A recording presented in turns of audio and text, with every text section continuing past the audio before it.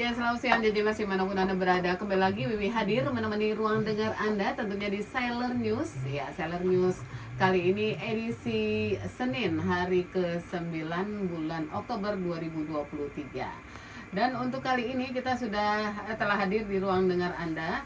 Narasumber kita yaitu Kadiskum Colin Lamil, Kolonel Laut Hukum Eko Priyanto, Sarjana Hukum. Selamat siang Bapak Kadis. Selamat siang Mbak Wiwi. Apa kabarnya? Alhamdulillah. Sehat ya? Alhamdulillah kita sehat. Semoga kita luar biasa di siang hari ini bisa hadir ke studio, tentunya membahas tentang seputar hukum ya. Ya, dan untuk kali ini tema yang kita ambil yaitu netralitas TNI dan penegakan hukumnya.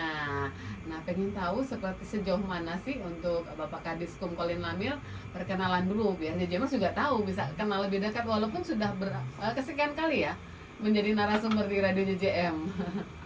Silakan Bapak. Terima kasih Mbak Wiwi. Muka lama. Iya, muka lama ya. Muka lama.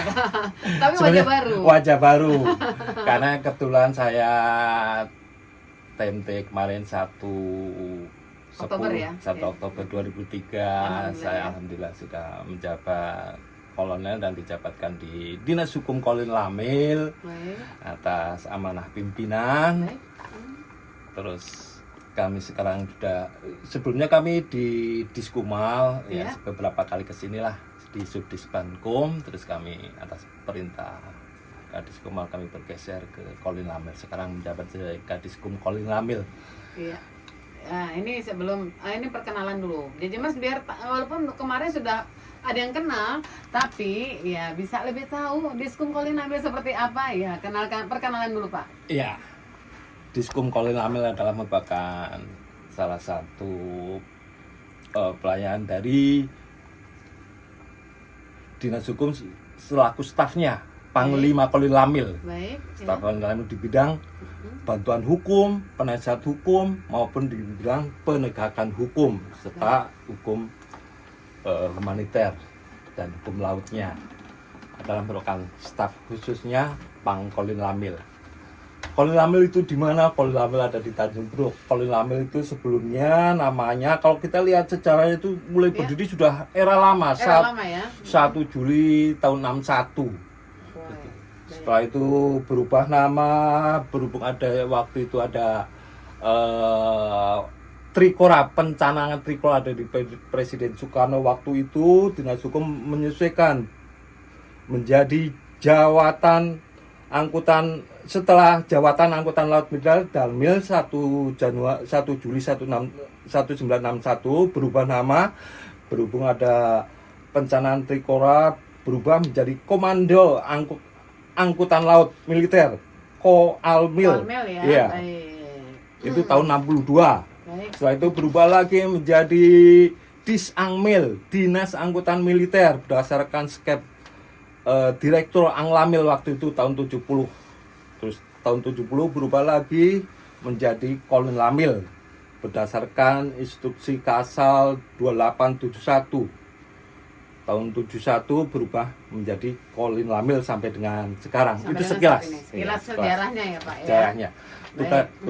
Tugas pokoknya selaku Kotama, kita di samping Kotama Op juga Kotama Binya di bawah Angkatan Laut, Kotama Op di bawah langsung dengan Panglima TNI untuk di bidang angkutan laut militer dan membina potensi angkutan laut nasional dan membantu di bidang dalam menunjang pembangunan nasional di bidang angkutan laut nasional maupun angkutan laut militer. Itu sekelas Colin Lamil, Pak. Oh, baik. Sekilas Colin Lamil.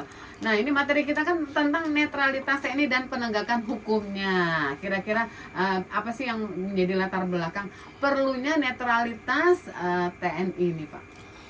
Netralitas TNI. Kita tahu posisi TNI setelah era reformasi, kita dituntut untuk adanya reformasi internal di TNI. Kita sudah mengambil jarak.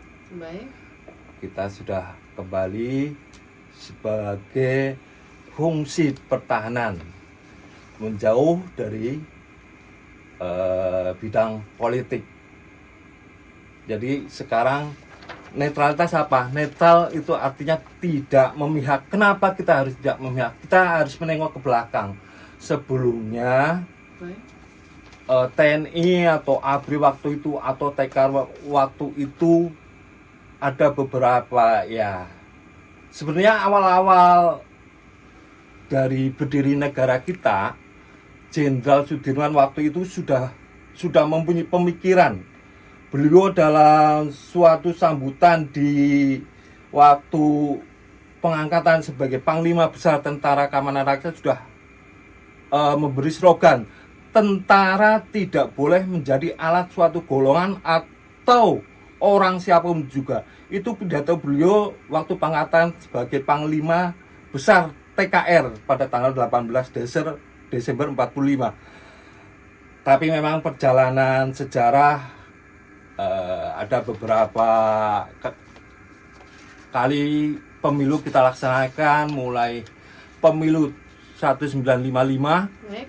Waktu itu kan pemilu itu diikuti oleh banyak partai. Ada 30 partai. Banyak sekali ya partai. Iya, waktu itu. Salah satu, salah dua, ada juga partai yang didirikan oleh para tentara. Ada partai yang didirikan oleh pegawai kepolisian. Itu mereka membentuk partai sendiri. Bagaimana prajuritnya waktu itu? Prajuritnya mempunyai hak pilih waktu itu. Jadi ada tentara yang mempunyai hak dipilih, ada juga hak memilih. Baik. Tentara waktu itu memilih di barak masing-masing, ya, dengan versinya masing-masing. Karena memang waktu itu ya namanya tentara memang sudah ada rigid. Kalau memang mau menjadi anggota parlemen, dia harus tetap seizin Panglima tentara pimpinan waktu itu. Sebenarnya sudah diatur, tapi memang kita masih prajuritnya masih tersebar ke beberapa partai karena mempunyai hak pilih. Oke, nanti kita lanjutkan kembali ya Pak ya untuk Ya. bincang-bincang kita. Tentunya JJMers jangan kemana-mana, tetap mendengarkan di Radio JJM 107,7 FM dan juga bisa dilihat kembali tentunya di Instagram kita di JJM Radio serta di YouTube kita tetap di 107,7